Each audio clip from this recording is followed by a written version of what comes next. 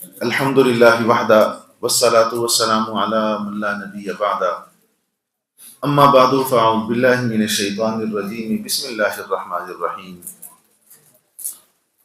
لو انزلنا هذا القرآن على جبل لرأيته خاشعا متصدعا من خشیۃ اللہ وتلك الامثال نضربها للناس لعلهم يتفکرون وقال النبی صلی اللہ علیہ وآلہ وسلم یقال لصاحب القرآن اقرأ وارتقی ورتل کما کنت ترتل فی الدنیا فإن منزلتک عند آخر آیت تقرأها صدق اللہ مولانا العظیم وصدق رسولہ النبی الکریم ونحن على ذلك من الشاہدین والشاکرین والحمد للہ رب العالمین۔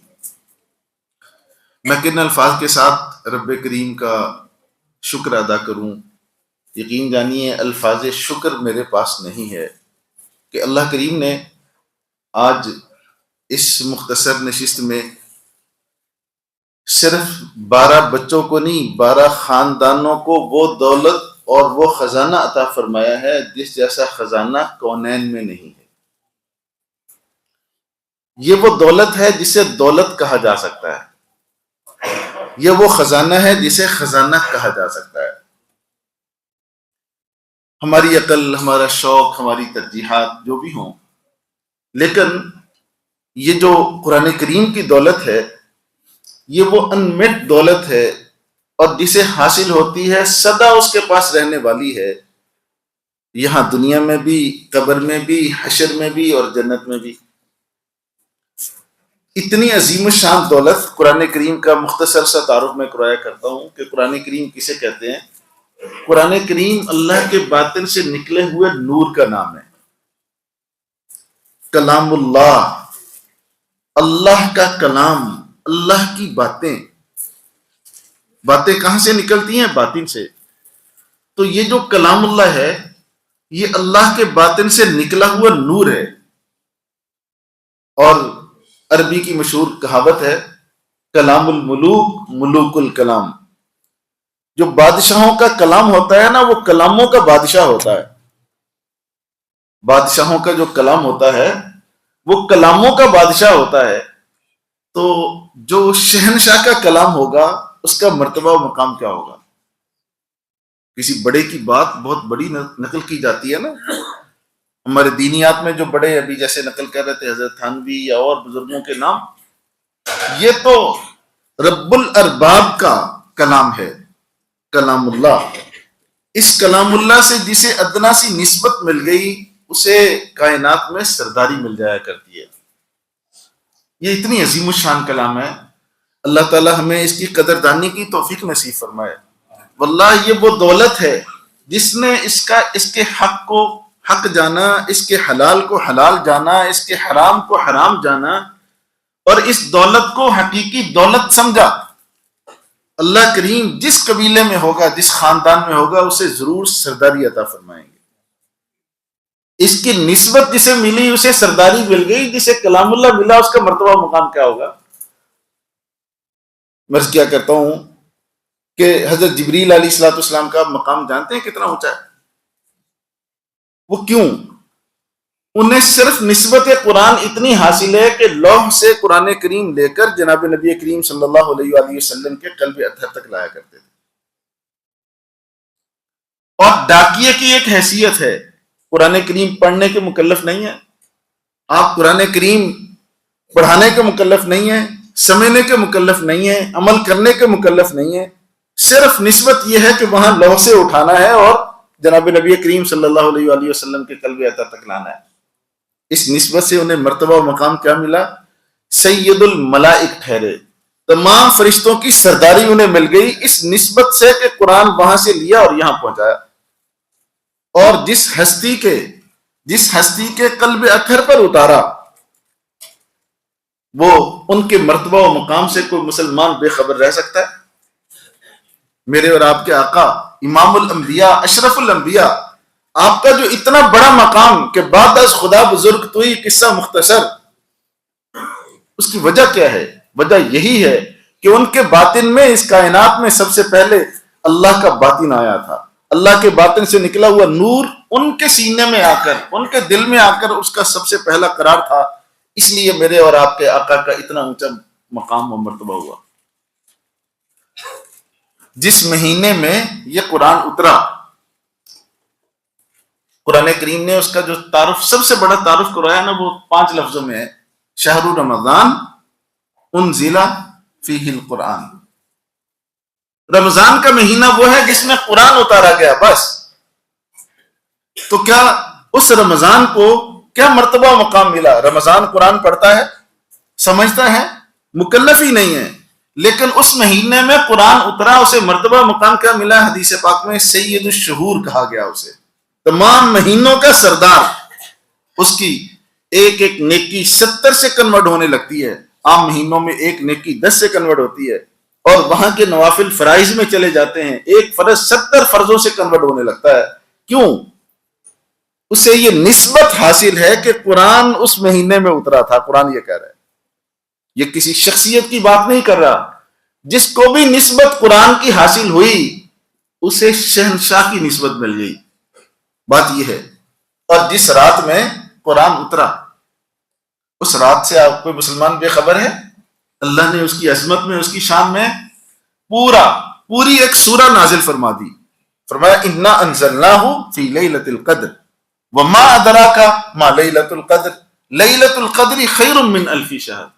ہم نے اس کو لیلۃ القدر میں اتارا۔ یہ وہ نزول تھا جو اللہ کے باطن سے اپنے شایان شان یہ نکل کر لوح کے اندر محفوظ ہو رہا تھا، یہ وہ لیلۃ القدر تھی۔ ورنہ تو 23 سال میں قرآن آیا ہے نا۔ تو اس رات کا کتنا اونچا مرتبہ مقام ہوا۔ اللہ تعالیٰ ارشاد فرماتے ہیں وما ادراک ما لیلۃ القدر، تمہاری عقلیں کیا ہے نہ قدرو، تم اس کی قدر کیا سمجھ سکتے ہو؟ لیلۃ القدر خیر من الف شہر، لیلۃ القدر 1000 مہینوں سے بھی کہیں بڑھ کر عبادت کا اجر رکھتی ہے۔ اور 1000 مہینوں کو ذرا ڈیوائڈ کر کے دیکھیں، 12 پہ 83 سال کچھ مہینے بنتے ہیں۔ اور سمپل سا اس کا مفہوم عرض کیا کرتا ہوں، میری اور آپ کی ساری عمر سے زیادہ قیمتی اگر میں اور آپ ساری زندگی اللہ کی عبادت میں لگے رہیں، اور ایک شخص وہ ہے جس نے لیلۃ القدر میں عبادت کی ہے، اس کی عبادت بھاری ہو جائے گی۔ لیلۃ القدر خیر من الف شہر، لیلۃ القدر 1000 مہینوں سے بھی بڑھ کر عبادت کا اجر رکھتی ہے۔ اس کو اتنا اونچا مرتبہ مقام کیوں ملا؟ شروع میں بتا دیا انا انزلناہ، ہم نے اس قرآن کریم کو نازل کیا تھا، اس کو یہ نسبت حاصل ہے کہ اس رات میں اترا۔ بڑی چیزیں، جس گتے کو یہ نسبت حاصل ہو جاتی ہے جس میں قرآن کریم ہوتا ہے۔ گتا کس سے بنتا ہے؟ بھوسے سے، توڑی، اسی سے بنتا ہے نا۔ جس گتے کو، بھوسے کو یہ نسبت حاصل ہو گئی کہ وہ قرآن کریم کے ساتھ رہا 5 سے 6 7 سال، اس کا مرتبہ مقام کیا ہو جاتا ہے؟ مسلمان جانتے ہیں اس کا مرتبہ مقام؟ اگر وہ سیدھا ہو جائے، پرانا ہو جائے، وہ ٹوٹ کر کہیں گر جائے، کہیں ناپاک جگہ میں نہیں، اللہ کے پاک گھر کے اندر گر جائے، تو بتائیے میرا اور آپ کا رد عمل کیا ہوگا؟ طرز کیا ہوگا؟ کہ ایک دم گناہگار سے گناہگار مسلمان بھی آگے بڑھتا ہے، اس گتے کو اٹھاتا ہے، چاہے اس کے اوپر میل آ چکی ہو، چاہے اس کے اوپر جو کچھ بھی لگ چکا ہو، تو وہ کیا اس کو اٹھاتا ہے، چومتا ہے، آنکھوں پر لگاتا ہے، سر پر لگاتا ہے، سینے پر رکھتا ہے، اور پھر اونچی جگہ پہ رکھتا ہے۔ کوئی اس سے پوچھے ارے یہ کیا کر رہے ہو؟ ایک ٹوٹا پھوٹا گتا تو ہے، اس کے اوپر ہاتھوں کی میل لگی ہوئی ہے، جراثیم بھی لگے ہو سکتے ہیں، پتہ نہیں کتنے ہاتھوں کے لوگوں کے ہاتھ لگے ہوں گے، بتائیے کیا رد عمل ہوگا اس وقت اس مسلمان کا؟ اللہ کرے کہ اس سے جان سلامت لے جائے وہ جو قرآن کریم کے گتے کو یہ کہے۔ کیوں؟ اس لیے کہ اسے نسبت قرآن حاصل ہے۔ وہ قرآن کریم کے ساتھ اس نے 5 4 سال 7 سال گزارے ہیں، اس نے پڑھا نہیں ہے، اس کا اتنا مرتبہ و مقام اونچا ہو جاتا ہے۔ تو یہ جو نسبت ہے جس کو حاصل ہوئی، یہ اتنی اونچی، انسان اتنا اونچا ہو جاتا ہے کہ سرداری مل جاتی ہے۔ تو آپ اندازہ لگائیے نا ان معصوم ہمارے طوطیوں کا، کہ جن کے سینوں میں اللہ نے پورا قرآن کریم محفوظ فرما دیا، صرف نسبت نہیں، ان کے سینوں میں پورا قرآن کریم محفوظ ہوا ہے۔ میری عادت نہیں ہے اس طرح کے تیز لباس پہننے کی. آج میں نے صرف ان کی نسبت کے لیے انہی کی وردی پہنی ہے, انہی کی وردی میں آیا ہوں, اور یہ میں نے بہت دیر پہلے سلائی تھی, پہنی کبھی نہیں, ابھی ایک سفر میں پہلے پہنی, ورنہ ان کے ساتھ کی جو ان کی وردی ہے یہ نسبت مجھے ملے ان کی, اس لیے کہ اس نسبت سے اتنا اونچا مقام ملتا ہے.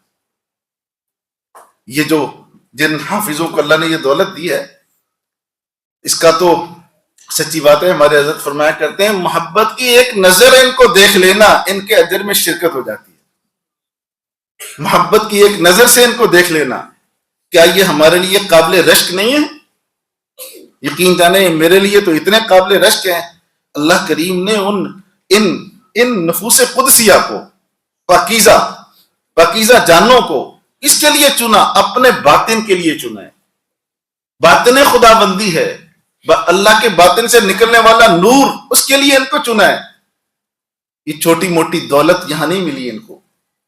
یہ جو چھوٹی سی تقریب رکھتے ہیں نا ہم یہاں ان کے اعزاز کے لیے, یہ بھی در حقیقت یہ اس کی نقل ہے جس ان کے لیے جو حشر کے دن ایک بڑا جلسہ برپا ہوگا. آقا کریم صلی اللہ علیہ وآلہ وسلم نے ارشاد فرمایا کہ وہاں حشر میں اس دن اولین و آخرین کا مجمع ہوگا. آج تو ہم کوئی 200-250 لوگ بیٹھے ہوں گے نا, پیرنٹس 5-5 لے کر آئے ہوں گے, کچھ دوسرے مہمان بھی آگے ہوں گے. وہاں اولین و آخرین حضرت آدم علیہ السلام سے لے کر قیامت کی صبح تک جتنے مسلمان انسان سارے کے سارے جمع ہوں گے. اس وقت آواز لگے گی, ارحم کے والد شاہد کدھر ہیں, حنین کے والد عثمان صاحب کدھر ہیں, سعد صاحب کے والد وسیم صاحب کدھر ہیں, سائم کے والد انور کدھر ہیں, اور حسام کے والد جی جاوید بھائی وہ کدھر ہیں. ایک ایک کا نام لے کر پکارا جائے گا, اور جب وہ آئیں گے انہیں اللہ کریم تاج پہنائیں گے. تاج کیسا ہوگا؟ میرے آقا نے اس کی بھی شان بیان فرمائی, فرمایا ضوءہ اضوء من ضوء الشمس, اس کی جو روشنی ہوگی اس سورج کی روشنی سے بھی کہیں بڑھ کر ہوگی. الجم والداہ, حدیث پاک میں دونوں کو, ان کی والدہ بھی ساتھ شریک ہوگی, والدین دونوں کو, الجم والداہ دونوں کو انشاءاللہ تاج پہنایا جائے گا. اور میں اس کی روشنی سورج کی روشنی سے زیادہ ہوگی. لوگ پوچھیں گے کہ یہ جو حضرات جا رہے ہیں یہ کوئی نبی ہیں؟ بتانے والے بتائیں گے نبی نہیں ہے, یہ امام الانبیاء آخر الانبیاء صلی اللہ علیہ وآلہ وسلم کے ایک حافظ امتی کے والدین ہیں. اتنا اونچا مرتبہ مقام ہوگا, اتنا اونچا مرتبہ مقام ہوگا. تو ایک ان کی وہاں اسی حدیث میں وہاں ان کے والدین کی تاج پوشی ہوگی, دستار بندی ہوگی. آقا کریم صلی اللہ علیہ وسلم نے فرمایا جن کے والدین کا یہ مرتبہ و مقام ہے ان کا اپنا مرتبہ و مقام کیا ہوگا. اسی روایت میں آگے آقا کریم صلی اللہ علیہ وسلم نے یہی سوال اٹھایا کہ ان کا مرتبہ و مقام کیا ہوگا. تو آج سچی بات ہے صرف ان بچوں کو نہیں, یہ آج 12 خاندان خوش نصیب خاندان ہیں جنہیں یہ نسبت حاصل ہوئی ہے, جنہیں یہ اعزاز حاصل ہوا ہے کہ اللہ کریم نے ان کو یہ دولت عطا فرمائی. باقی زندگی کا جو ہوتے ہیں نا انسانی حالات, بچپن کے جوانی کے اتار چڑھاؤ, یہ ہر ایک کے ساتھ ہیں. اس میں اتار چڑھاؤ ہوتے ہیں, حافظ بچوں کے اندر بھی ہوتے ہیں, عالم بچوں کے اندر بھی ہوتے ہیں. بچہ بچہ ہی ہوتا ہے چاہے نبی کیوں نہ ہو, بچہ بچہ ہی ہوتا ہے چاہے نبی کیوں نہ ہو. تو ان بچوں میں لیکن یہ قرآن کریم جس سینے میں محفوظ ہوتا ہے, ایک وقت کے بعد یہ قرآن کریم انسان کو کھینچ کر وہ اللہ کے قریب لے آتا ہے. جوانی ابھی بچپن کے اتار چڑھاؤ کی بات نہیں, ایک وقت آئے گا یہ قرآن کریم خود لا کر ان کو صراط مستقیم پہ کھڑا کرے گا انشاءاللہ العزیز. تو میں اللہ تعالیٰ سے دعا گو بھی ہوں کہ اللہ تعالیٰ ان کو سب سے پہلے ان کو یاد رکھنے کی, اور پھر اس کو سمجھنے کی, اور پھر اس پر عمل کرنے کی توفیق عطا فرمائے. اللہ کریم ان سمیت ان خاندانوں کے لیے انہیں بہترین صدقہ جاریہ بنائے, ان کے اساتذہ کے لیے, اس ادارے کے لیے صدقہ جاریہ بنائے. ہماری سچی بات ہے سب سے بڑی دولت یہی ہے, ہماری کمائی یہی ہے. جہاں بھی ہوتے ہیں ہر وقت ہمارے ذہن میں یہی بچے اور بڑے بچے وہی ہوتے ہیں کہ یہ اچھے سے اچھے آراستہ ہوں اللہ تعالیٰ کے فضل و کرم سے. اسی لیے جب بھی کہیں آنا جانا ہوتا ہے، موت تو ہر ایک کو کھٹکا ہوتا ہے نا، لیکن ہمیں بھی کھٹکا ہوتا ہے، کبھی زیادہ فکر نہیں ہوئی. اس لیے کہ پیچھے جب انہیں پتا چلے گا کہ وہ فلانا مر گیا، بہت کچھ کر لیں گے انشاءاللہ العزیز. یہ وہ دولت ہے جس سے ہم بے غم ہوتے ہیں. اور یہ والدین بھی ان کے، میں سمجھتا ہوں وہ ان کے لیے بھی ایک یہ قبر کی ٹھنڈک ہیں. دیکھیں نا، جب جانا ہے، ہم میں سے کتنے لوگ ہیں جن کے والدین گئے، جب جاتے ہیں تو کتنے گہرے زخم چھوڑ کر جاتے ہیں. والدین کے زخم کبھی بھرنے والے نہیں ہوتے، اور انسان چاہتا ہے میں ان کے لیے کچھ کروں. ایک یہ ہے کہ وہ کیا کرے، اس نے کچھ ختم دلا دیا، کو تھوڑا بہت وہ جناب کھانا کھلا دیا، کو تھوڑا بہت صدقہ جاریہ کر لیا. اگر کسی کے پاس قرآن کریم کی دولت ہے، وہ تو ہر وقت ان کو ٹھنڈی ہوائیں پہنچا رہا ہے. جب زخم اس کا جب تازہ ہوتا ہے تو جب پڑتا ہے سیدھا اپنے والدین کے لیے دعائیں کر رہا ہے. ابھی سنا رہے تھے نا مولانا ادریس صاحب کہ بساؤ کا اچانک درجہ بلند ہوتا ہے جنت میں. پوچھا جاتا ہے اب عمل تو ہے نہیں، بتایا پیچھے تمہارے بچوں نے تمہارے لیے دعائیں مغفرت کی ہے. تو جو یہ پڑھیں گے، یہ کتنے بڑے اعزاز کی بات ہے.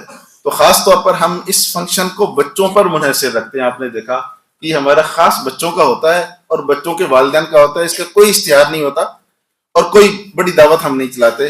اس کی بنیادی وجہ یہی ہوتی ہے کہ اصل ان بچوں کی کمائی سامنے آئے اور یہی بچے ان کا اصل فنکشن ہو. تو آپ نے سنا، اللہ تعالیٰ اس کو اپنی بارگاہ میں قبول فرمائے.